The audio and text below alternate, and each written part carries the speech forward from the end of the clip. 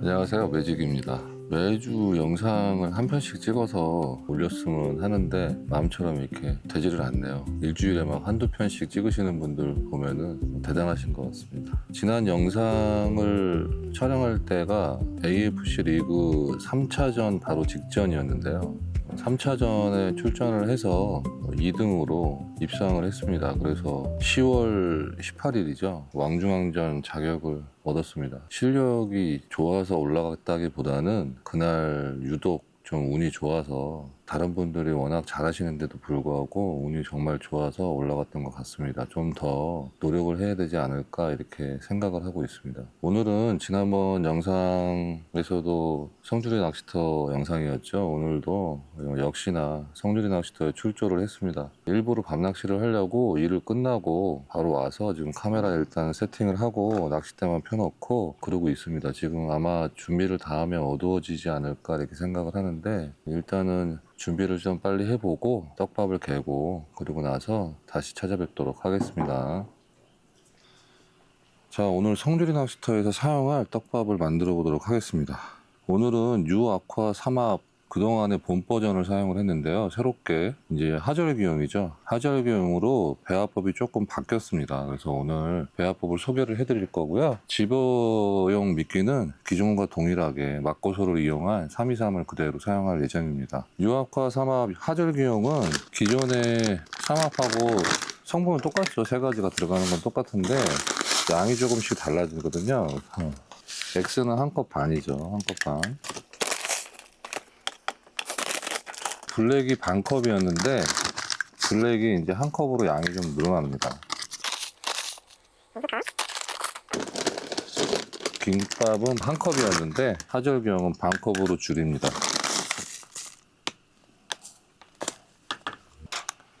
이렇게 해서 그 유아쿠아 3합 하절기용이죠. 하절기용은 블랙하고 김밥이 비율이 바뀌었습니다. 블랙이 한 컵, 김밥이 반 컵 이렇게 들어가면 됩니다.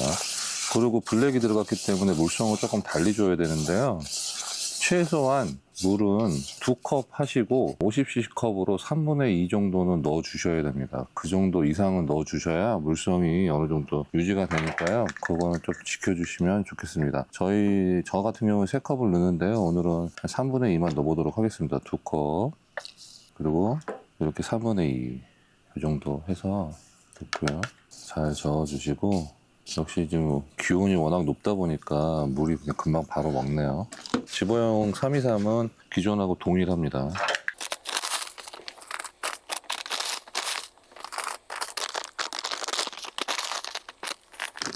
X하고 블랙하고 김밥을 한 컵씩 넣고 막고서는 2컵이죠. 2컵. 하나, 둘. 잘 섞어주고요. 물은 3컵 넣습니다. 3컵.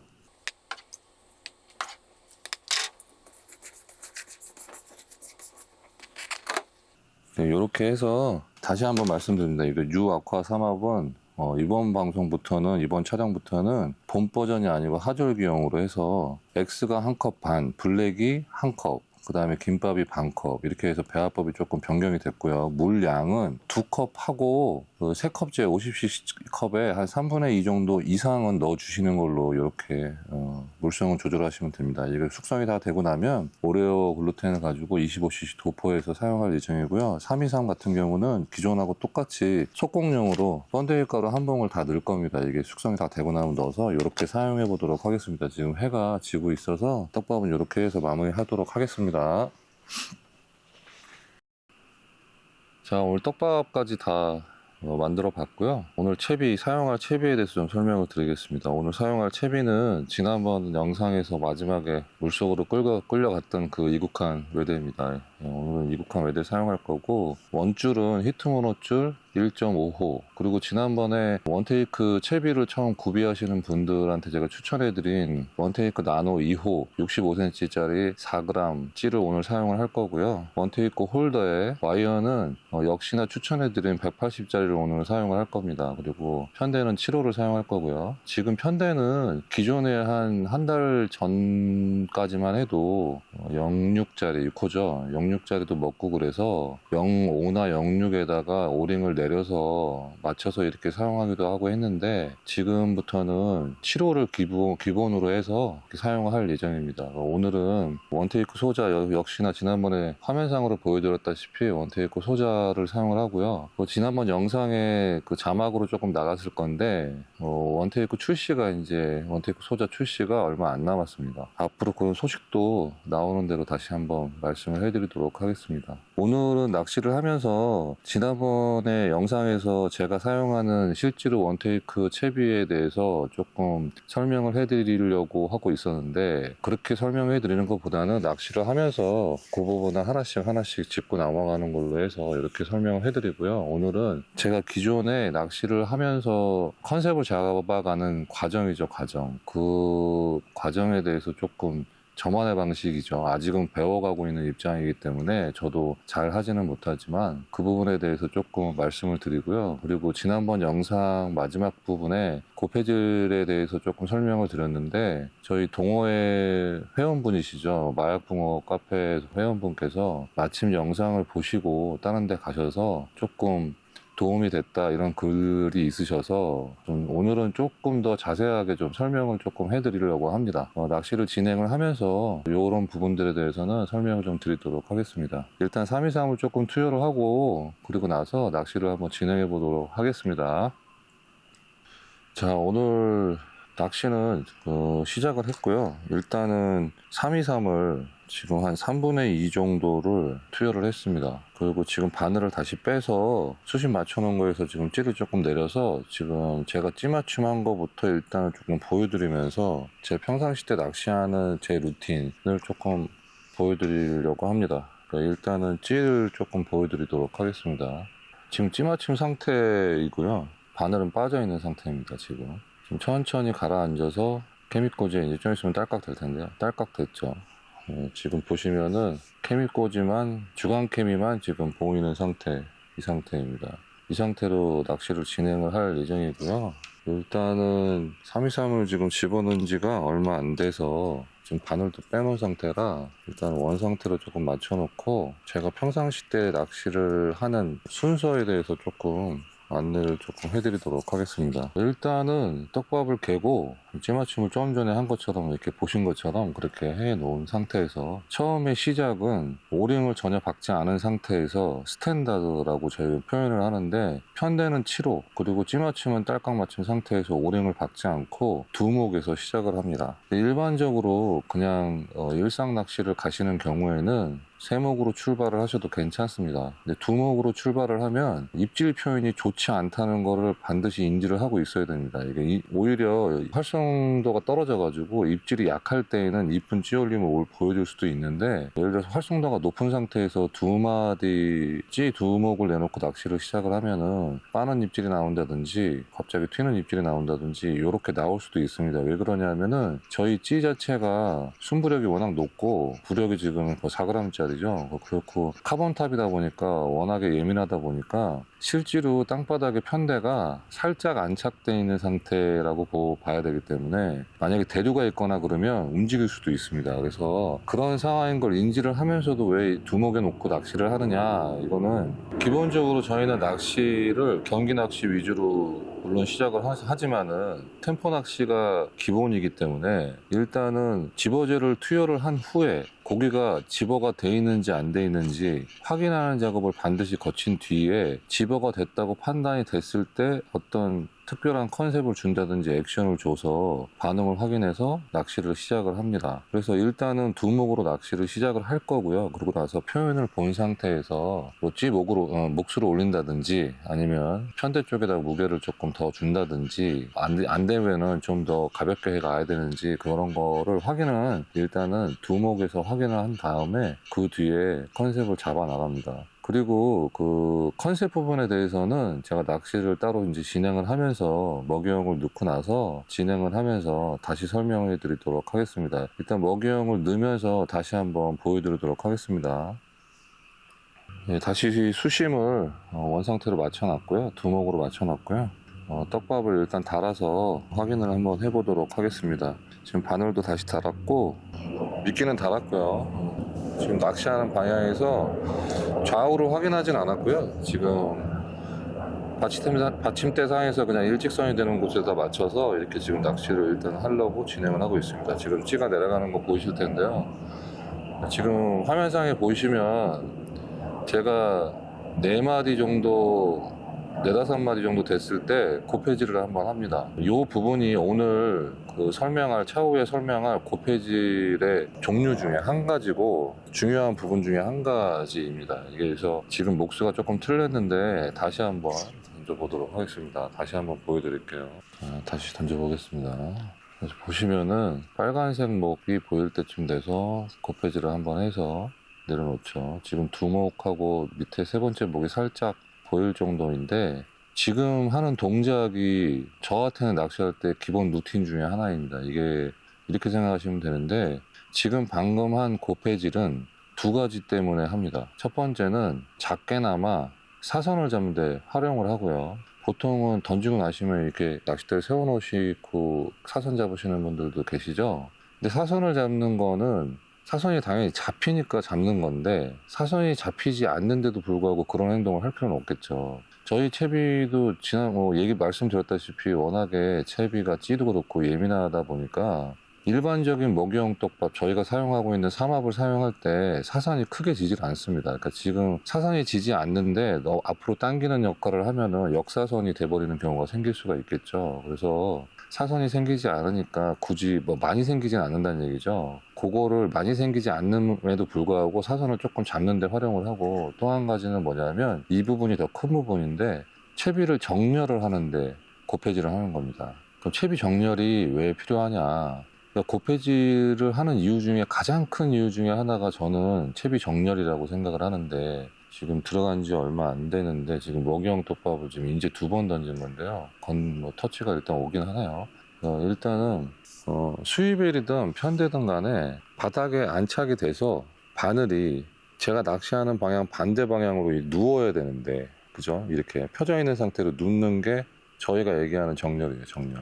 근데 그냥 던지고 놔둔다든지 고폐질을 좀 심하게 한다든지 그래가지고 정렬이 똑바로 되어 있는 게 아니라 편대 바로 옆에 붙어 있다든지 아니면 편대 위에 올라간다든지 아니면 수입벨을 쓰면은 수입벨 바로 앞에 같이 붙어 있다든지 이렇게 먹이용 떡밥이 내가 지금 낚시하고 있는 편대나 수입벨에 얹혀진다든지 옆에 바짝 붙어 있다든지 그러면은 처음에 나오는 입질 표현이 좋지 않은 경우가 되게 많습니다. 그리고 지난번에도 제가 영상에서 말씀을 드렸는데 저희가 수중 촬영을 할 때 고폐질 하는 거를 실제로 한번 찍어봤습니다. 확인을 해서 찍어봤는데 일반적으로 수심이 한 2m 50에서 3m 정도 되는 곳인데 특히나 여기 성주리 같은 경우는 완만한 경사거든요. 앞경사이긴 한데 완만한 경사인데 이런 경사지에서는 고폐질을 한 목 정도 당겼다 놓는다고 해서 실제로 바늘에 달려있는 떡밥에까지 움직임이 전달되지가 않습니다. 그 정도 고폐질 가지고는. 그 얘기 무슨 얘기냐면 처음에 투척을 하고 나서 처음에 채비 정렬을 해놓지 못하면 계속 정렬이 안 돼 있는 상태로 계속 입질이 들어올 확률이 높습니다. 그러니까 상황에 따라서 경사가 심하다든지 아니면 역경사라든지 그러면 그 부분에 대해서는 조금 이따 다시 설명을 해드리겠지만은 그래서 낚시를 진행을 할 때 저 같은 경우에는 처음에 캐스팅을 풀 투척을 한 후에 내가 원하는 목수가 2목이다 그러면은 최소 2목에서 3목을 더한 지점 그러니까 4목이나 5목 정도에서 고폐질을 해서 사선도 잡으면서 채비를 정렬을 시켜줍니다. 그래서 편대가 바닥에 안착되고 뒤편으로 똑바로 2개의 바늘이 일직선으로 딱 펴져 있는 상태를 유지를 하려고 노력을 합니다. 그래서 활성도가 좋을 때는 던지고 나서 바로 입질이 이쁘게 올라오는 경우도 되게 많거든요. 그래서 첫 번째 고폐질의 중요성 중에 하나는 채비 정렬입니다. 채비 정렬. 그 중에서도 특히나 첫 캐스팅에 반드시 정렬을 해주는 게 낚시하는데 훨씬 더 도움이 됩니다. 저는 그런 식으로 일단은 처음에 투척을 해서는 그런 식으로 채비를 정렬을 해서 낚시를 시작을 하고요. 낚시가 시작하고 나서 지금 집어제가 많이 들어가 있는 상태죠. 집어제가 많이 들어가 있는 상태인데 먹이용을 집어넣고 나서 고기가 일단 실질적으로 붙었는지 안 붙었는지 확인을 하기 위해서 고폐질을 한 3초에서 5초 아니면 5초에서 10초 내외에 한 번씩 해서 계속 이어서 고폐질을 계속 진행을 해줍니다. 이제 중간에 그러면 만약에라도 고기가 터치가 오면은 반응이 있겠죠. 그럼 반응이 있으면 그 뒤에 액션을 취합니다. 다른 액션을 취하는데요. 지금도 다시 한번 보여드리겠습니다. 이렇게. 자, 지금 빨간 목 정도 되면 5목인데, 자, 여기서 곱해지를 해서 정렬을 해줍니다. 이렇게. 그리고 나서 한 5초에서 10초 정도 기다려준 다음에 지금도 목수 조절 조금 해야 되는데요. 좌우측이 조금 수심이 달라서 곱해지를 지금 곱해질도 이따가 제가 다시 이건 설명을 다시 한번 해드리고 곱해지를 해줍니다. 이렇게 이어서. 그래서 아주 미세하게나마 터치가 있는지 없는지 지금 몸짓이거든요. 양쪽 좌우로 지금 흔드는 모양이 나왔는데 주변에 고기는 있다는 얘기죠. 이렇게 확인이 되고 나면 지금도 껌뻑껌뻑하죠. 저렇게 저런 표현들이 들어오는 걸 확인한 뒤에 컨셉을 잡습니다. 지금도 고기는 지금 확실히 집어는 된 것 같아요. 지금 이렇게 해서 진행을 해보고 그 다음 부분에 대해서는 고기를 좀 잡으면서 다시 또 설명을 해드리도록 하겠습니다. 히트. 아이고 작은 토종고가 나왔네. 지금 점입질에 때렸는데요. 찌는 속도는 막 이쁘게 올렸죠.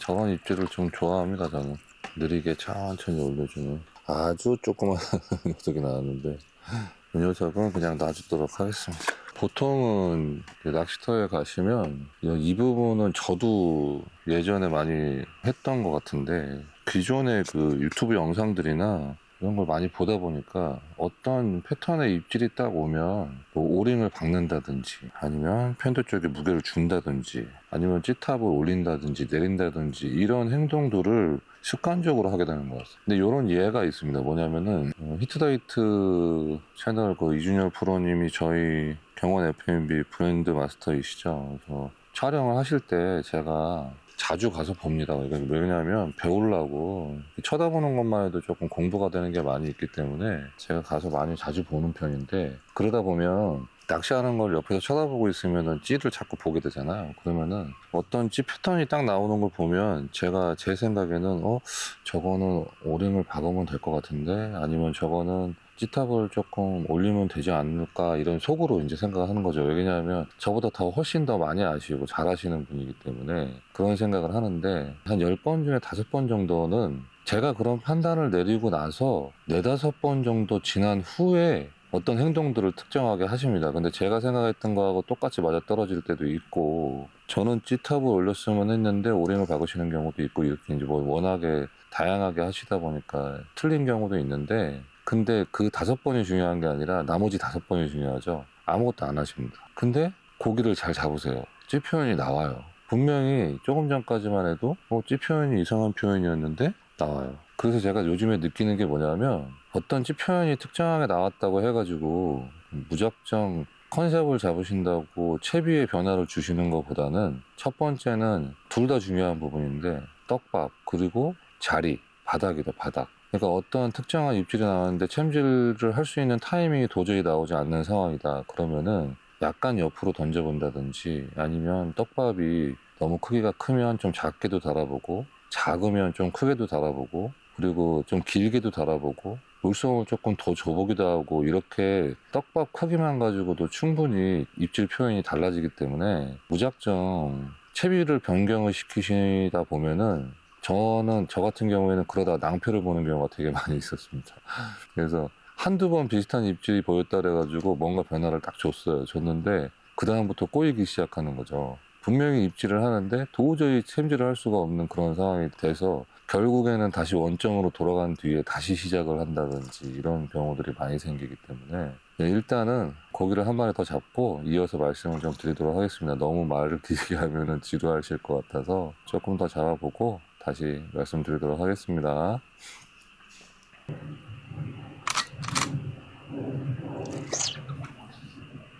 지금 쪼쪼 후에 그냥 빨고 들어가는 입질이었는데 어이구 얘는 좀 지금 하잔지 안전벨트가 걸렸네요. 어휴 사이즈가 크네.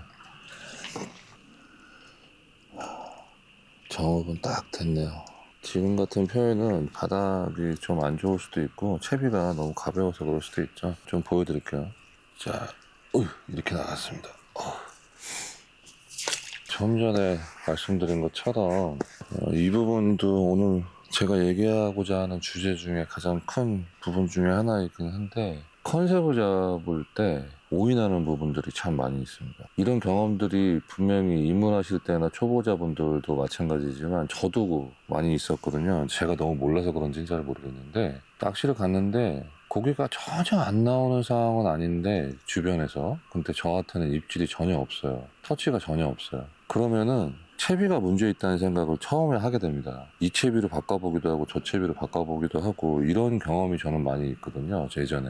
근데 이 부분은 웬만한 분들은 다 알고 계시겠지만, 인지를 하시겠지만은, 저희 지금 채비 같은 경우는 이중분할 채비죠. 근데 대부분 요즘에 원봉돌이나 원편대를 사용하지 않으신 경우는 대부분 다 이렇게 분할 채비를 많이 사용을 하십니다. 강선에 사슬이 있든 간에 뭐 관절이 들어가 있는 거든 간에 분할되어 있는 채비를 많이 사용하시거든요. 근데 내가 찌 맞춤을 정상적으로 잘 했는데 반응이 전혀 없어. 그러면은 채비가 뭐가 문제가 있나? 그래서 반응이 없나? 터치가 전혀 없다는 거고 느껴졌을 때에는 보통 그런 생각을 되게 많이 하게 되거든요. 근데 가만히 생각해 보면 아시죠? 원봉돌이나 원봉돌 채비가, 원봉돌 편대 같은 경우에는 중간에 어떤 분할이 되어 있는 게 아니라 그 무게를 통으로 다 견디고 있는 상태이기 때문에 더 무거움에도 불구하고 고기가 안 나오는 게 아니잖아요. 입질을 하죠. 그러니까 제가 드리고 싶은 얘기는 뭐냐면, 지금 제가 사용하고 있는 채비에서 편대를 9로 맞히든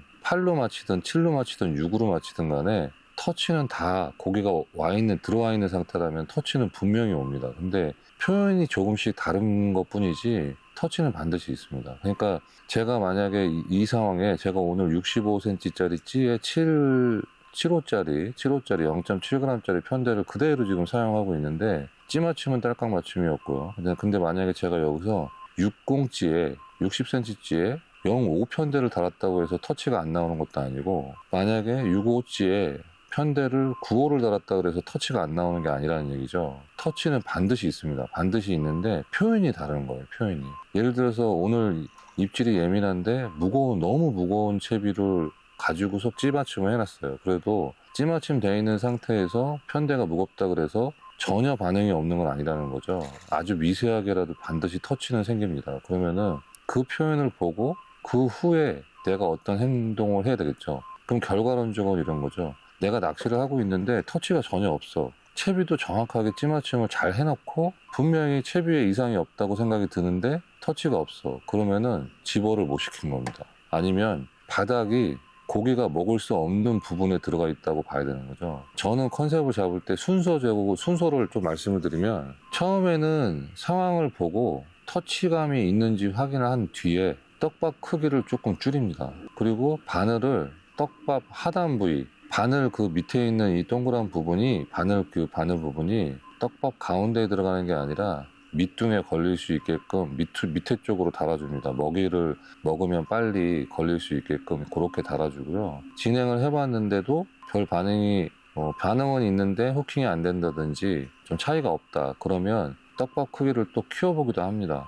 떡밥으로 조절을 하면서 동시에 바닥도 상태가 어떤지 확인하기가 어렵기 때문에 조금씩 옮겨서 낚시를 해봅니다. 이 작업을 한 뒤에 그럼에도 불구하고 어떤 액션이 계속해서 나온다 그러면 그때 찌탑을 올린다든지, 아니면 편대 쪽에 무게를 내린다든지 올린다든지, 아니면 오링을 추가해서 박는다든지, 이런 작업들을 합니다. 여러분들도 본인이 선택한 채비에 대해서 믿음을 좀 가지시고, 만약에 터치가 전혀 없다면 고기가 일단 안 들어왔다는 거에 대해서 판단을 하시고 집어하는 데 신경을 좀 더 쓰시는 게 맞지 않나, 이렇게 생각이 듭니다. 그러니까 저도 처음에는 그런 부분들을 전혀 인지를 못하고서 시행착오를 겪었던 부분이거든요. 그 부분도. 그래서 너무 채비 명령을 빨리 하시는 것보다는 차분히 자리도 잡아보시고 떡밥도 바꿔보시고 이렇게 하시는 게 좋은 것 같습니다. 제가 생각할 때는. 그래서 일단은 그렇게 해서 낚시를 좀 더 진행을 좀 해보도록 하겠습니다. 다행히 조금 사이즈가 있는 게 나와서 일단은 낚시를 계속 좀 더 진행해 보도록 하겠습니다.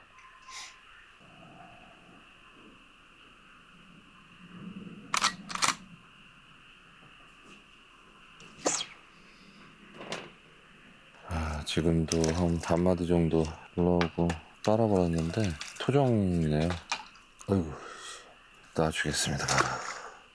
조금 이제 채비 컨셉 잡는 거를 조금 제가 사용하는 방법인 거죠. 저도 지금 한참 연습이 필요한 사람이고 막 배워나가는 사람이기 때문에 다른 유튜버 하시는 분들보다 낚시를 잘하지 못합니다.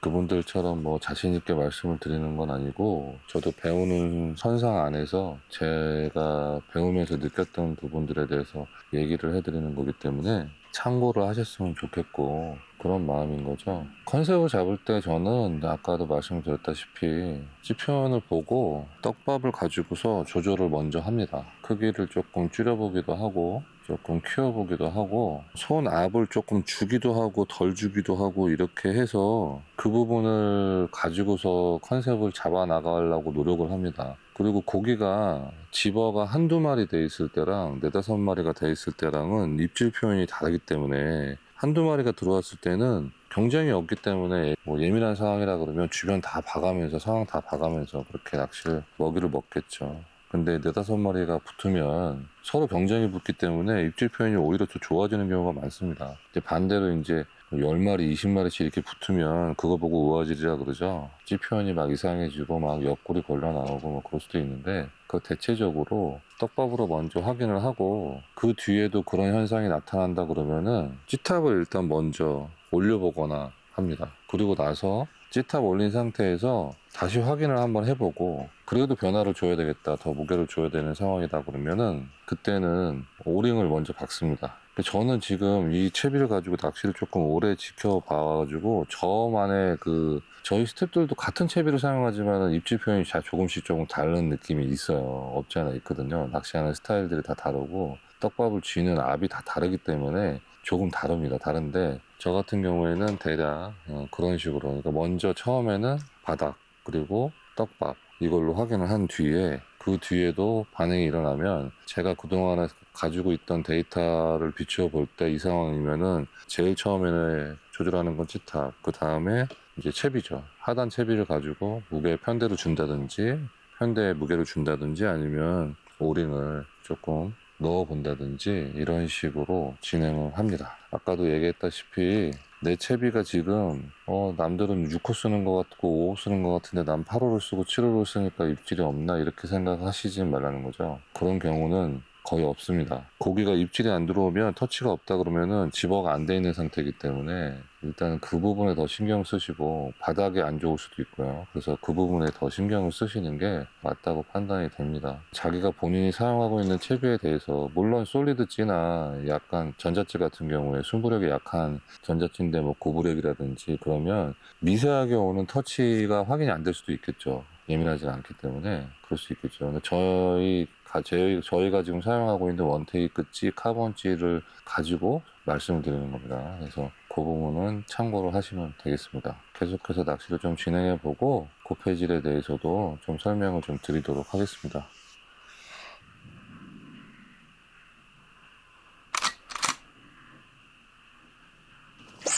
히트.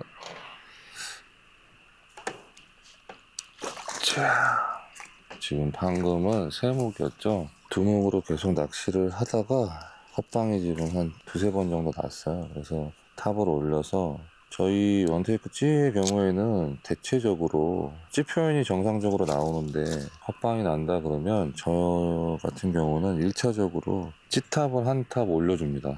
일단 거기부터 좀 보여드리겠습니다. 이렇게 나왔습니다. 찌탑을 올려주는 부분에 대해서 조금 설명을 해드리면 저희 찌는 순부력이 대략 지금 주간 케미를 0.15g짜리를 사용을 했는데요. 주간 케미를 0.15g짜리를 사용을 하면 278% 정도 나옵니다. 그러니까 지난번에도 말씀드렸다시피 보통 찌탑 낚시를 하면은 오링을 박는 거하고 찌탑 낚시를 하는 거하고 차이점에 대해서 명확하게 저도 잘 모르지만 설명해 드릴 수는 없지만 오링을 박을 경우에는 순수하게 채비 쪽에 무게가 올라가게 되니까 하단에서 침력을 더 받겠죠. 근데 그럼 찌탑을 올리게 되면 저희 원테이크 찌 같은 경우는 한 목에 보통 0.02g 소자 오링 정도의 무게하고 거의 맞먹는데 그러니까 한목을 내리기 위해서 0.02g 소자 오링을 하나 보통 쓰는데요. 그럼 0.02g짜리 소자 오링을 실제로 홀더에 박아서 침력을 주는 거랑 찌탑을 올리는 거랑 차이점은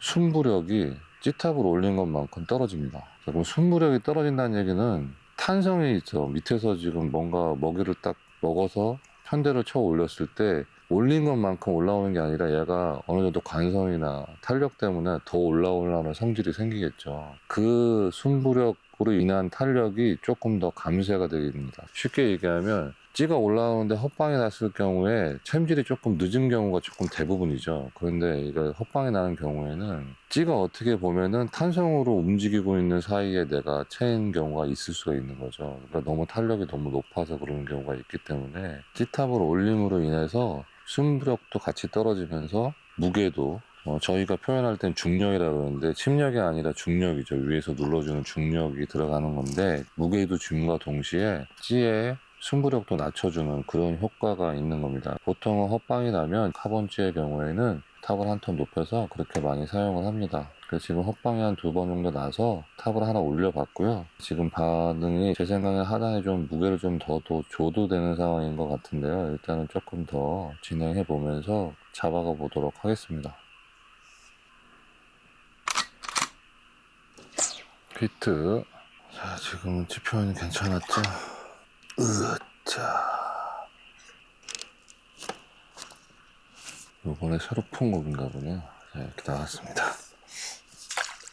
다음 영상쯤에는 오늘은 제가 뭐 대충 제가 사용하는 루틴에 대해서 설명을 해드렸는데 채비에 대해서 다음 영상에서는 조금 찌에 대한 부분이나 와이어에 대한 부분들도 조금은 설명을 해보려고 합니다. 사실 뭐 어려운 건 없는데 제가 영상이 너무 길다 보니까 저희 스태프들도 너무 긴 거 아니냐 이런 얘기를 많이 해가지고 사실 고기 잡는 영상은 지금 되게 많이 빠져서 나간 거거든요. 근데 그래도 막 40분씩 돼서 제가 말이 좀 많은가 봅니다. 조금 줄여야 될 것 같아서 그렇게 해서 진행을 하고요. 낚시는 일단 계속 진행해 보도록 하겠습니다.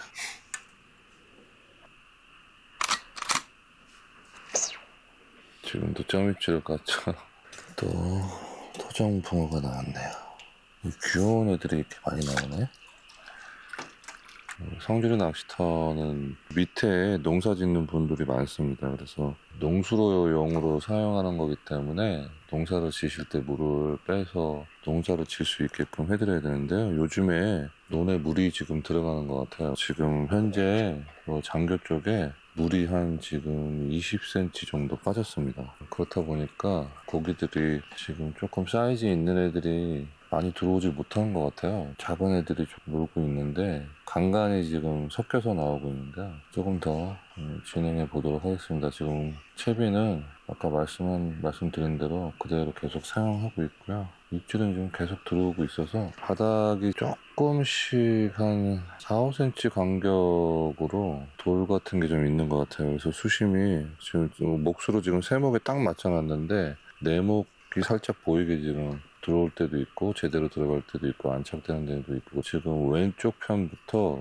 오른쪽으로 조금씩 이동을 하면서 조금 그나마 안정적인 곳이 있는지 찾아보고 있습니다. 조금이라도 안정적인 데가 있으면 그쪽에다가 던지려고 찾아보고 있습니다. 계속해서 한번 해보도록 하겠습니다.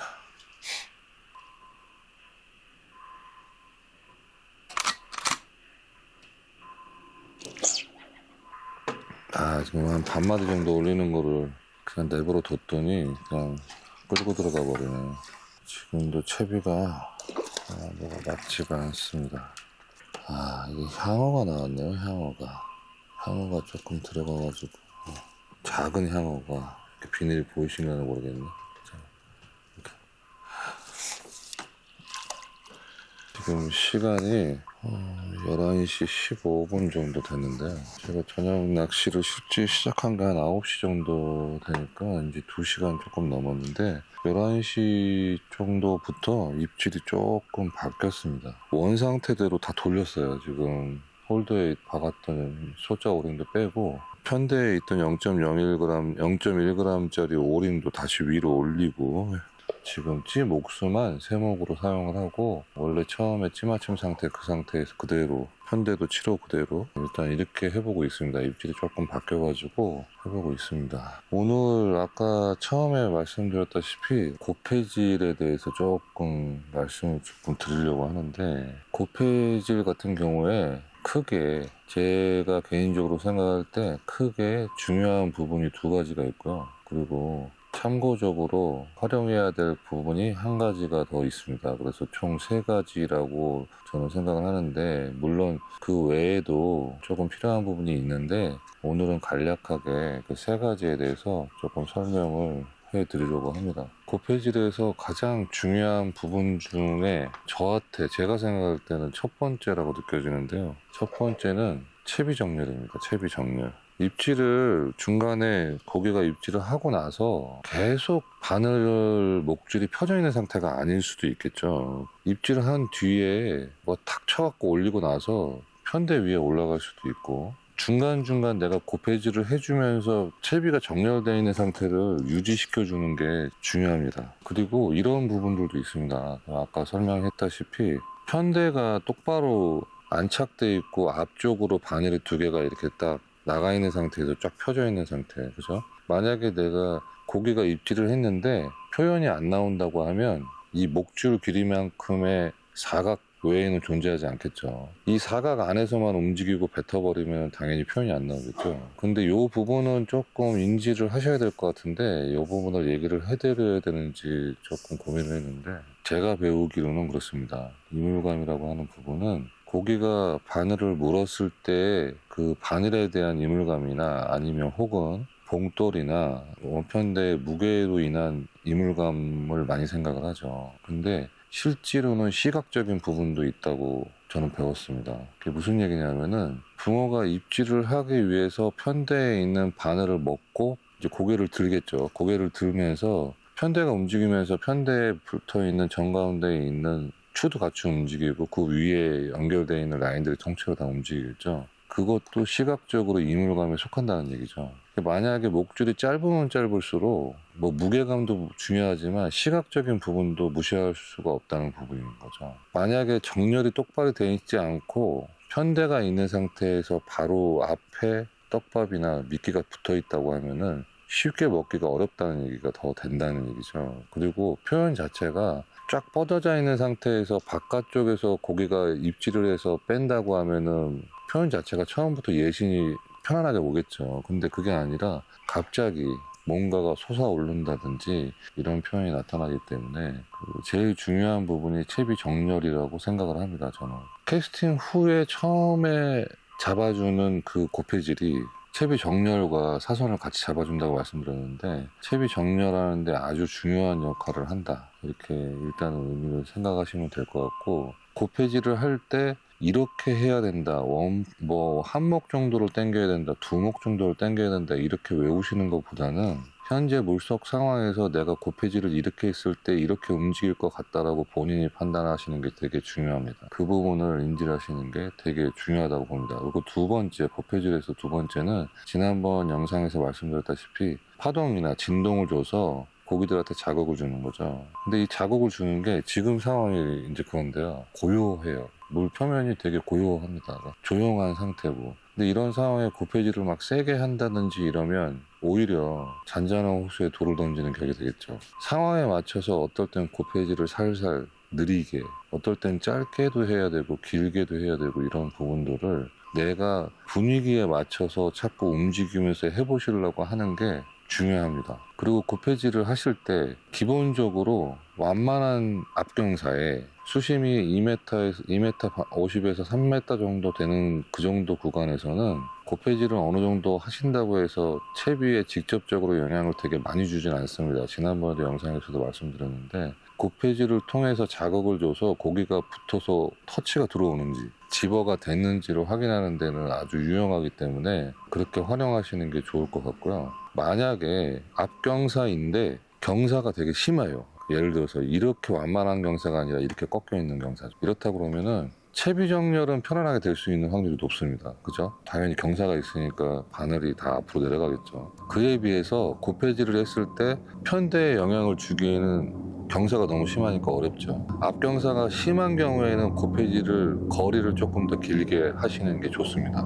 그리고 반대로 생각했을 때 역경사가 있겠죠. 역경사 같은 경우에는 평상시 때 고폐질 하는 양만큼의 고폐질을 했을 때 경사가 반대편 경사이기 때문에 앞으로 당겼을 때 목수가 뚝뚝 떨어지는 경향이 생길 수가 있습니다. 역경사에 있을 경우에는 고폐질을 최대한 내가 조심스럽게 조금씩 한 반마디 정도 움직일 정도로만 하셔야 되고, 그러니까 고폐질을 어느 정도 속도를 주고서 떡밥을 단 상태에서 던지고 나서 고폐질을 어느 정도 해가지고 계속 한 3, 4초에 한 번씩 계속 고폐질을 해서 앞쪽에 어떤 상황인지 읽을 수 있는 여건이 되는 거죠. 그래서 고폐질로 실제로 바닥을 읽습니다. 저희 같은 경우에는. 그러니까 처음에 던져서 수심을 좌우로 찍고 앞뒤로 찍을 수는 있지만은 실제로 아주 조그마한 돌이라든지 뭐 이런 부분들은 정확하게 던지기가 어렵잖아요. 그래서 예를 들어서 2, 3cm 간격으로 던질 수는 없지 않습니까? 너무 어려운 상황이기 때문에 실제로 낚시하는데 던진 다음에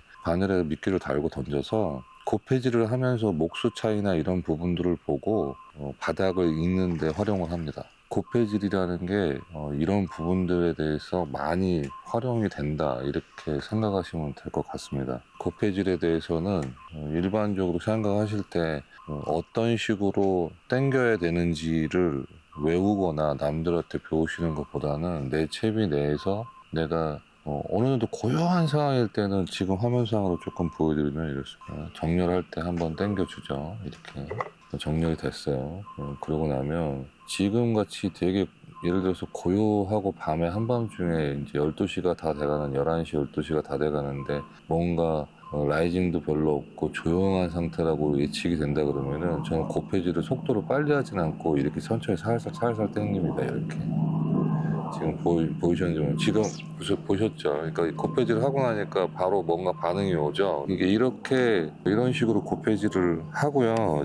낮 시간에는 좀 어수선하잖아요. 낮 시간 같은 경우에나 아니면은 바닥 상황을 읽을 때는 고폐질을 조금 빠르게 합니다. 빠르게 바닥에 편차가 있는지 없는지 확인을 합니다. 지금 고기가 좀 붙어 있는 상태라 가지고 빠네요. 이렇게 지금 먹었네요.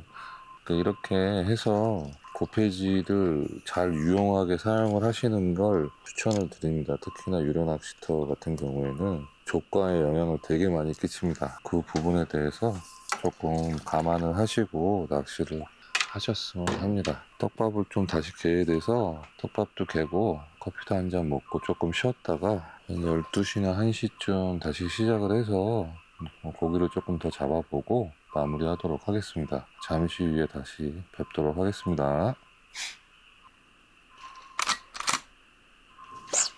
히트. 지금도 점입질을 때렸죠. 아마도 오늘 제가 와이어를 180짜리를 안 쓰고 150짜리를 썼으면 입질 표현이 지금보다는 속도는 좀 빠를 수 있는데 조금 더 나을 수도 있었을 것 같습니다. 물이 되게 따뜻하네요. 지금 산림망 이 물에 담갔다가 올라갔는데 손에 잠깐 닿는데 따뜻한 느낌이 나네요. 확실히 수온은 많이 올라온 것 같습니다. 계속해서 잡아보겠습니다.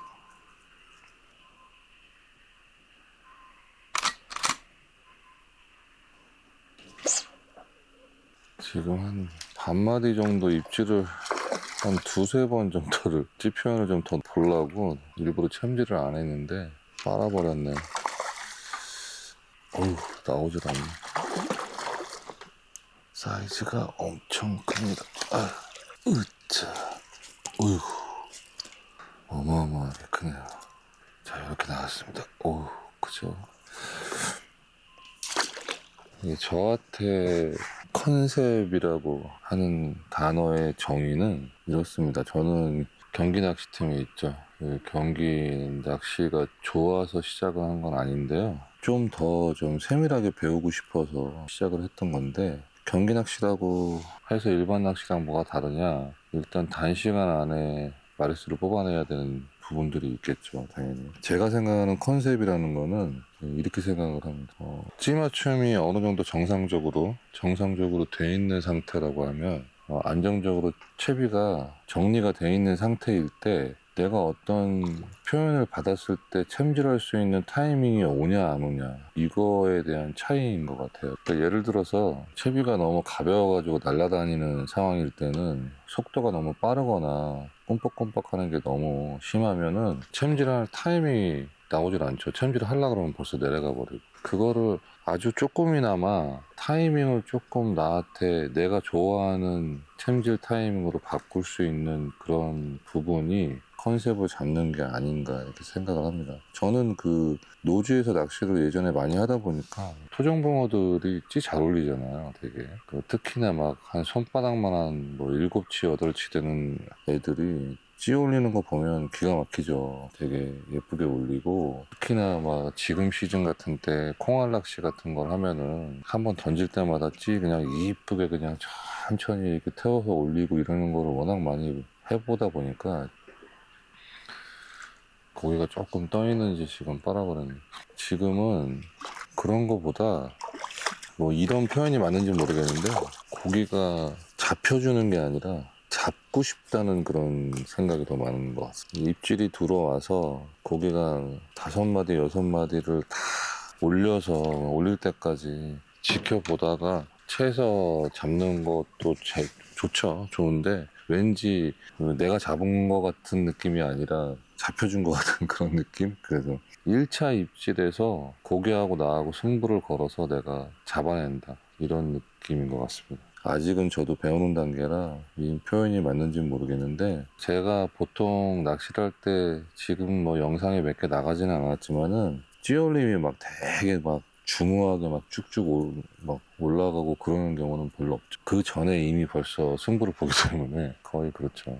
지금은 제가 컨셉 잡는 거는 반마디든 나노 입질이든 간에 내가 챔질할 수 있는 타이밍이 나오는 입질, 그 입질을 만드는 게 저한테는 지금 목표인 것 같습니다. 지금 입질 상황으로 봐서는 활성도는 되게 좋아 보입니다. 편도 쪽에 무게를 조금 더 주고 해도 입질 표현이 이쁘게 나올 것 같은데요. 이제 그런 거를 본인이 스스로 한 가지 채비를 가지고 오랫동안 이렇게 맞춰가면서 해보시는 게 그런 게 되게 재밌는 것 같거든요. 저희 스태프들 중에서도 다들 낚시를 잘 하지만은 저하고 똑같은 표현이 나오는 사람들은 없어요. 그러니까 같은 채비를 사용하고 같은 떡밥을 사용하는데도 불구하고 손압이나 물성이 조금씩 미세하게 틀린 것만 가지고도 다르다고 봅니다, 저는. 제가 낚시하는 거를 이렇게 하니까 이렇게 하세요라고 얘기를 할 수 없는 부분이 그런 거겠죠.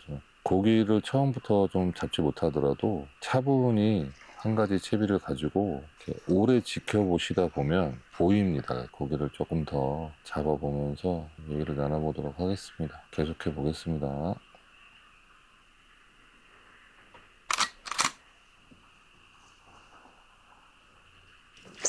히트. 잠깐 쉬었다 올리긴 했는데 한 마디 정도 이쁘게 올렸죠. 지금 아마 150짜리 와이어를 썼으면은 지금처럼 이렇게 되게 느리게 이렇게 움직이는 표현보다는 조금 빨랐을 수 있습니다. 그러니까 와이어의 차이를 그렇게 좀 생각을 하시면 될 것 같아요. 계속해서 더 해보도록 하겠습니다.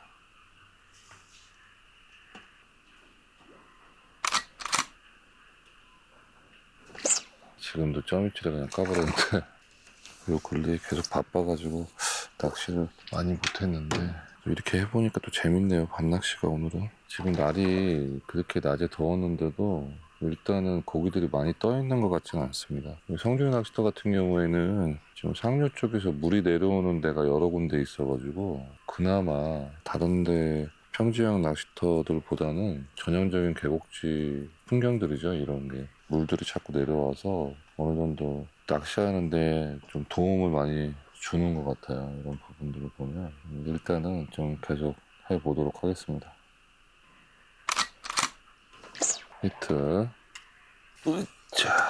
아까 한 11시 정도 또 입질이 조금 밖에서 까칠해 보였는데 고기들이 지금 시간이 조금 또 지나니까 또 잘 나오기 시작은 하네요. 되게 활발하게 나오는데 12시는 정업이 딱 걸렸네. 자, 아이고, 큰 사이즈는 아닌데 고기가 깨끗하네. 이렇게 나왔습니다.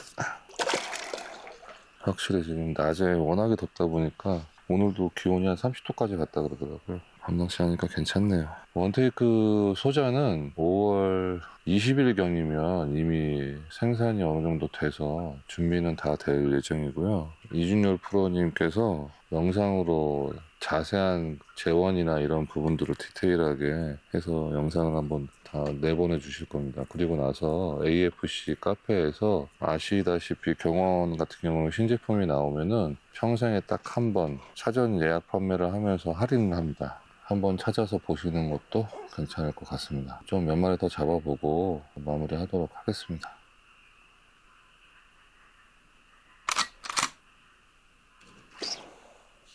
지금 반마디 정도를 올려놓고 있었죠. 그래서 받아먹었네. 고기는 되게 깨끗합니다. 이뻐요. 손바닥만 한데 지금 이제 1시 20분이 조금 넘었네요. 조금 더 잡아보도록 하겠습니다. 오늘 뭐 고기 잡는 건 되게 중요한 부분이 아니어가지고 특히나 그 고폐질에 대해서 꼭 말씀을 한번 드리고 싶어서 진행했던 거기 때문에 두세 마리만 더 잡고 촬영을 마무리하도록 하겠습니다. 마지막 고기를 잡고 영상을 촬영을 그만하려고 했는데 채비가 터졌습니다. 채비가 터지고 지금 마이크가 꺼져가지고 잠깐 지금 몇 분 충전을 한 뒤에 붙였습니다. 아무래도 낚시는 오늘 여기까지 해야 될 것 같고요. 너무 두서없이 얘기를 한 것 같아서 오늘도 좀 정리를 좀 하도록 하겠습니다. 저는 원테이크 채비를 사용을 할 때 원테이크 찌가 순부력이 워낙 높다 보니까 제가 이렇게 표현을 하니까 막 되게 높은 것처럼 들릴 수도 있는데 예민한 찌입니다. 카본 찌이고 예민한 찌인데 그러다 보니까 딸깍 맞춤 상태에서 오링을 추가하지 않고 낚시를 하게 되면 두목으로 보통 낚시를 시작을 해서 터치감을 확인하는데 아무 지장이 없기 때문에 두목으로 시작을 합니다. 그리고 나서 컨셉을 맞춰가고요. 컨셉을 맞춰 나가는 순서는 저의 경우에는 그렇게 합니다. 우선은 떡밥 크기를 조절을 좀 해보고 그리고 나서 포인트도 오른쪽이나 왼쪽으로 조금씩 이동을 시켜서 바닥 상황이 좀 더 좋은 자리가 있는지 또 넣어보면서 확인을 합니다. 그리고 나서도 입질 표현이 좋지가 못하면 그 다음부터 찌탑을 올린다든지 오링을 박는다든지 편대 쪽으로 무게를 더 준다든지 뺀다든지 이런 역할들을 진행을 해서 컨셉을 맞춰 나갑니다. 그리고 아까도 말씀드렸다시피 편대가 뭐 7호여서 8호여서 입질이 안 들어온다 이렇게 생각을 안 하셔도 됩니다. 저희 찌 같은 경우에는 정상적으로 찌맞춤이 되어 있는 상태일 경우에는 표현이 조금 다를 뿐이지 터치감은 분명히 확인할 수가 있습니다. 예를 들어서 워낙에 입질이 예민한 상황일 때에는 편대가 무거우면 무거울수록 움직임 폭이 아주 작겠죠. 그런데 그 표현들까지도 눈에 보이기 때문에 그런 부분들은 알고 계시면 될 것 같고요. 오늘은 지금 중점적으로 중요하게 생각했던 부분이 고폐질이죠. 고폐질 부분인데 고폐질을 제가 생각하는 중요한 부분 두 가지. 첫 번째는 채비 정렬, 수입이 됐던 편대가 됐던 바늘이 목줄이 쫙 펴져 있는 상태, 전방적으로 쫙 펴져 있는 상태가 유지가 될 수 있도록 해주는 부분이 입질 표현을 받는데 아주 중요한 역할을 한다는 거 하고요. 지난번 영상에서 말씀드렸다시피 파동을 줘서 진동을 주고 해서 고기들로 하여금 자극을 조금 주는 효과를 준다는 거. 그리고 고폐질을 할 때 주의할 점이 앞경사나 그 다음에 역경사죠. 역경사가 있을 경우에 경사가 심하면 심할수록 고폐질 할 때 주의를 해야 됩니다. 그런 부분들도 좀 신경 써가면서 낚시를 해보시면은 즐거움이 있지 않을까 생각을 합니다. 보통 채비들이 나오면은 이런 상황일 때 이렇게 하고 저런 상황일 때 저렇게 하고 이런 표현들을 저는 제 개인적인 생각으로는 전적으로 제 개인적인 생각이지만 올바르지 않다고 생각을 합니다. 낚시하는 장소라든지 떡밥을 사용하는 거에 따라서 입질 패턴이 다 다르기 때문에 그 부분을 무조건 맞춰서 가신다기보다는 내가 즐겨 사용하는 떡밥의 물성이나 배합법 등, 그 다음에 내가 다는 방법, 달 때 크기나 물성을 이용을 해서 쥐는 뭐 압력이나 이런 부분들에 따라서도 입질 표현이 다르게 나타나기 때문에 본인이 직접 해보시면서 많이 경험을 해보시는 게 가장 큰 도움이 되지 않나 이렇게 생각을 합니다. 그런 부분들도 어떻게 보면 낚시의 일환이기 때문에 낚시를 오래 해보신 분들은 아마 대충 아실 텐데 처음에 낚시를 시작을 하면 마리수를 많이 잡는 걸 좋아하기도 하고 아니면 큰 거를 잡는 걸 좋아하기도 하고 나중에는 또 큰 걸 많이 잡기도 하고 근데 시간이 지나면 그런 얘기를 많이 하시잖아요. 이렇게 밤에 잔잔한 이 물결 위에다가 찌 하나 던져놓고 앉아있는 것만 가지고도 즐거움을 느끼고 채비를 하는 과정만 가지고도 즐거움을 느끼게 되는 그런 게 낚시잖아요. 어찌 보면은 컨셉 잡는 부분들도 내가 하나하나씩 맞춰가면서 해보시는 게 소소한 재미가 아닌가 이렇게 생각합니다. 다음 영상은 아마도 포천권에 있는 낚시터로 출조를 할 예정입니다. 지금 아직 장소는 정해지진 않았는데요. 되도록이면 일주일에 한 편 정도씩은 계속 나갈 수 있도록 해보려고 합니다. 그리고 마지막으로 네이버 카페에 마약붕어 테크닉 낚시라는 카페가 있습니다. 히트데이트 채널을 운영하시는 이준열 프로님 팬카페죠. 예전부터 오래 가지고 있던 밴드를 없애시고 다시 재구성하셔가지고 하시는 걸로 알고 있는데 카페에서도 제가 탭을 보고 있습니다. 올해부터 본격적으로 동호회도 활동을 할 예정입니다. 회원분들하고 만남도 좀 자주 갖고 회원분들이 좀 어려워하시는 부분들 같은 경우에는 이준효 프로님께서 직접 원포인트 레슨도 좀 해주시고 이런 쪽으로 방향을 가져가려고 하고 있습니다. 경원 FMB에서도 올해 신제품 출시들도 되게 굵직굵직하게 많고 오늘도 낚시를 좀 이렇게 빨리 접고 하는 이유가 제가 테스트해야 될 게 좀 있습니다. 테스트도 해야 되고 해서 조금 일찍 접는 건데요. 본격적으로 올해부터 원테이크 관련되어 있는 제품들이 출시가 많이 될 예정입니다. 지금 테스트들을 하고 있는 것들이 좀 많이 있고요. 다 일일이 알려드릴 수는 없지만은 조금 더 관심 있게 봐주시면 좋겠습니다. 시간이 되시면 동호회 카페도 한번 찾아보시고 저희가 6월 달쯤에 정출을 할 예정입니다. 첫 번째 모임인데요. 그때 여러 가지 지금 저희가 좀 준비를 하고 있는 게 있는데요. 관심을 가져주셨으면 합니다. 항상 말씀드리지만 저도 아직은 모자라는 사람이고 배워가는 게 많은데 이렇게 막 어려운 상황에서 하나씩 내가 깨우쳐가는 것들 뭔가를 할 수 있다는 것 자체가 즐거움이 아닌가 이렇게 생각을 합니다. 다음에는 좀 더 알찬 내용으로 찾아뵙도록 하겠습니다. 오늘은 여기까지 하고 촬영은 마무리하도록 하겠습니다. 감사합니다.